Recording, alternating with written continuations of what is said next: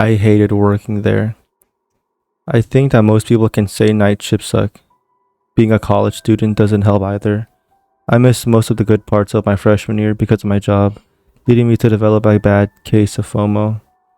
My shift at the warehouse started at midnight, and I got off at 8 a.m. to go immediately to class, then back to my dorm to crash, waking up just before work. Now, it wasn't every day, but I worked there a lot, which meant I didn't have a ton of connections with people at college. It didn't bug me too much, but I also wanted to have a good college experience, so it always stayed in the back of my mind.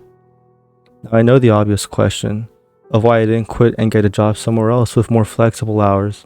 Well, it paid too much, as simple as that. Any other place is less than half of what I got paid at the warehouse. My job consisted of inventory. The company had a weird motto too. They were a freelance warehouse, kinda, for renting primarily advertising towards businesses. And being the inventory guy, I kept stock of weird stuff, as you can imagine. An adult store rented a portion of the place out for the longest time. That's all I have to say. Now, I didn't just take inventory and leave. I was also a general hands-on deck man too for whatever needed to get done. Constantly, I would come home with back pain and aches. It was a month ago when I quit. I never want to go back. Working at a warehouse, there were some characters that I would associate with. Most were just middle-aged men with a wife and kids at home, but there was one other person who stood out among the rest. I don't remember his name, or I guess I didn't care to. He started working a couple of days before I quit, and I think the first day my coworkers got the same feeling I did. For one, his appearance. He looked malnourished, really tall and lengthy, 6'4" or 6'5" I'd have to say. His skin was suction sealed to his facial bones, showing off his cheekbone definition. His skin was the same consistency as your fingers when you swim for more than 2 hours. He didn't give off any smell at all, like not even a deodorant or a cologne. He could have been anywhere from early 20s to late 40s. His clothing choice was the Walmart special. The few times I saw him, he had dirty pajamas with a shirt, usually with some sort of cartoon character on it. The first time talking to him, he gave me the impression that he was very disabled. I wouldn't say awkward. I would say he just lacked social awareness and social cues. He was a new loading guy, but everyone here kinda did the same thing. Before each night, we had a briefing on what needs to get done and who's working with whom on what. The previously mentioned lengthy guy was tagged with me on clearing out an old section of a bankrupt laundromat. I would prefer that this warehouse be massive with several different sections. The building could usually hold up to 20 business storage slots at once, each one varying in size. This was a smaller one located approximately a 5-minute walk from our break room, a pretty long way from everyone else. I didn't care that I was with the new guy. This has been his third day, and judging by him walking next to me, he hadn't done anything bad yet. We reached the room with a big garage door, a truck backed into it, where we are loading the rest of the forgotten business.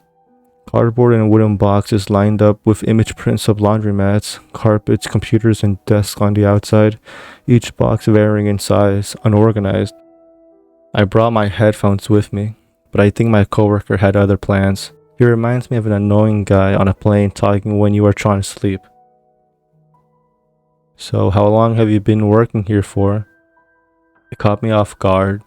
I didn't expect him to make small talk, but even more, his voice caught me off guard. Not so much his voice, but the way he said a sentence.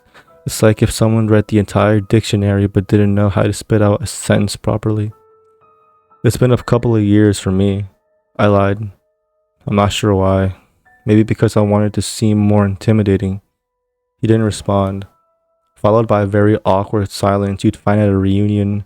It continued for a minute as we separately picked up the small items, placed them next to the truck, and prepared the bigger items to go into the back. I couldn't help but notice the sound of his creaking bones, like an old door hinge in dire need of some WD-40. I kept catching him looking at me. He would stare at me, and when I noticed in the corner of my eye, I looked over as he looked away. I don't mind it, he is new after all. I thought he was just looking at me of what to do. So where do you live? In town. Trying to give the least information possible to this guy for my own safety. No, like where do you live? The tone of his voice is still creeping me out. I don't know, west of town? I phrased my answer like a question, wondering if it was enough to make him happy. This is when I truly started to see the social disability. I was a little creeped, but more just annoyed than anything. There was another moment of silence as I continued minding my own portion of work. Do you know people? Weird question. Sure. I think he got the message from my dry response and seeming inability to look over at him. I don't care if I was being an asshole. I just didn't want to have small talk. After a long, painfully quiet couple of hours, when we finished, I had a slight feeling of sympathy for the guy. I didn't do anything about it. I just kept it in my mind. I clocked out and walked outside to the street, relieved of some fresh air in our comically large parking lot for how few people work here actively. I always loved it. Walking around and seeing the sunrise, complemented by the cool air taking over my lungs. Quickly, I noticed that parked directly next to my 1991 Honda Civic, effectively named Shitbox, was a truck not much nicer than mine. I didn't recognize the car, but I assumed it was the new guy's, because no one parks next to me. I looked into the driver's seat of the black early 90s Highlander to see him sitting there. He wasn't fumbling with his keys or checking in on his phone. No, he was writing down in a notebook placed on his dashboard. He looked up and looked like he had just gotten caught with his pants down. I saw him through the notebook onto his passenger seat, and the roaring sound of the car came to life, headlights effectively blinding me. He reverses out of the spot and drives off, going much faster than anyone should in a parking lot. Immediately, I became suspicious. Sure, none of my business what he was writing down and why he bolted when he saw me, but I made a mental note and continued with getting in my car. I got to my apartment and decided to skip my classes for some extra rest. It was a flip of the coin most of the time whether I would go to school or not. It was 4 p.m., my normal waking time. My head was dazed, my eyes were blurry, and the most dreadful feeling of thirst. It didn't happen often, but my roommate and I, who don't see each other much because of my work, decided to get breakfast. It was the same every time for us broke college students. Denny's, $6 all-you-can-eat pancakes. We were sitting in a booth overlooking the parking lot through the window, as my roommate and I were having a competition of whose ex is the biggest prick. A familiar car pulls into the Denny's parking lot. I don't believe in coincidences, so I immediately knew who it was. The same black Toyota Highlander from earlier this morning, my coworker. I didn't point it out and continued our conversation. Remember when she tried to steal my dog? My coworker spat. Oh shit, yeah. My mind was in two places at once, reminiscing about a situation months prior, as well as watching my car outside. Wondering what he was doing, the car pulled into the parking lot right next to mine, and I seemed to make a facial expression because my roommate picked up on it. What? He also turned to the window. That car, I pointed. That's my new coworker. Oh, sick. No, not sick. He's weird. I think he wrote down my license plate earlier. That was my only explanation to myself of why he would be there now. The black one? Yeah. He must have seen us looking or pointing, because as quickly as he did this morning, he did it again, skirting out of the parking lot, making a scene. What the fuck was that? My roommate was as confused as I was. Whatever, I'll deal with it later. While trying to act cool, I was freaking out on the inside. Why was he following me?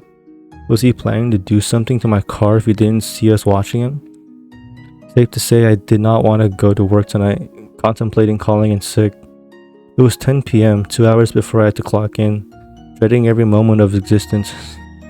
Since Denny's, I'd keep a small box cutter on me, hoping I didn't have to use it. I tried to call my boss, but it appears I had already had enough sick days. Fuck. I was pulling into the parking lot, and from far away I saw his car, parked in the same spot as yesterday. I had my box cutters in my right pocket of my cargo pants as a sense of false safety. My mind was racing. I didn't know how to fight. He was much taller than me. I had to calm myself down and remember that there would be other people. I just hoped I wasn't put with him to clear out the laundromat section again. We made some progress, but I still had 3 shelves to go. I walked into the break room, filled with small amounts of cheddar and stale room temperature coffee. I saw the guy.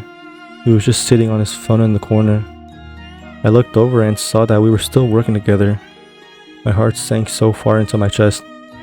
I felt like I could never get it back out. Midnight hit, and we made the quiet walk over to the furthest storage unit. We didn't speak. We didn't look at each other. We just walked the 6 minutes in silence. What terrifies me the most is that the entire time he had a grin on his face, which I saw from the corner of my eye. We made it in. I was always so alert, keeping tabs on where he was in the storage unit. He knew. He saw me shaking, constantly dropping boxes out of my hand from the moisture of my palms. He started approaching me. "Are you okay?" He sounded even more robotic than yesterday. Yeah, I'm good." I was so fucked. I was trying to hide the fear, but it seeped through into my voice. He stepped closer. "Let me help you with that." Instead of him picking up the box like I thought he would, he grabbed onto my wrist. His touch was like ice, his hands freezing. "Don't fucking touch me," I screamed. I didn't know what to do. Was I overreacting? I needed to get out. He stepped back. I looked at his face and my heart filled with horror and dread. He didn't react. "No, oh, I'm sorry," or "Oops, my bad." He just stared like the most uninteresting thing was happening. He wasn't even looking at me, just looking head on.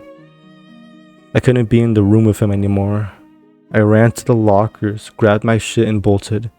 I ran to the emergency exit, sounding the alarm in the building. I ran as fast as I could through the parking lot. I heard him running behind me, trying to catch up, but as tall as he was, I was able to outrun him. I got into my car, fumbling with my keys, was crying. I saw him. He was there, right next to my driver's side window, tapping on the glass. "Let me in." He had no emotion. A husk. I stepped on the gas so hard that the rocks kicked up behind my back tires onto the gravel ground.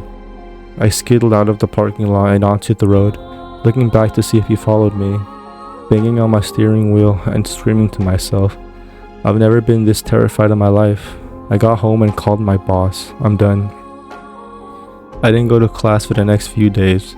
All I could do was sit in my bed and effectively overdose myself on melatonin.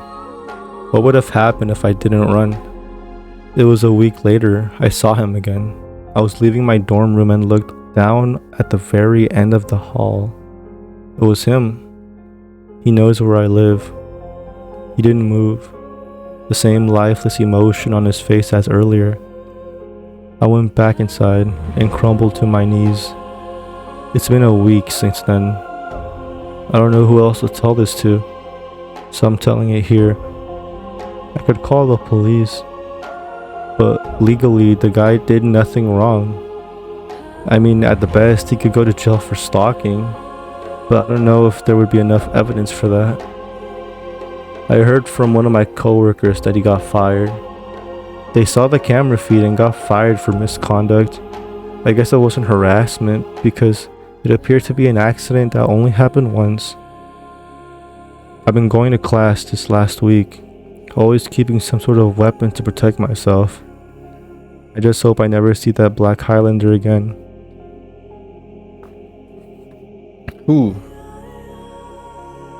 That was a good recording session. More to come, guys.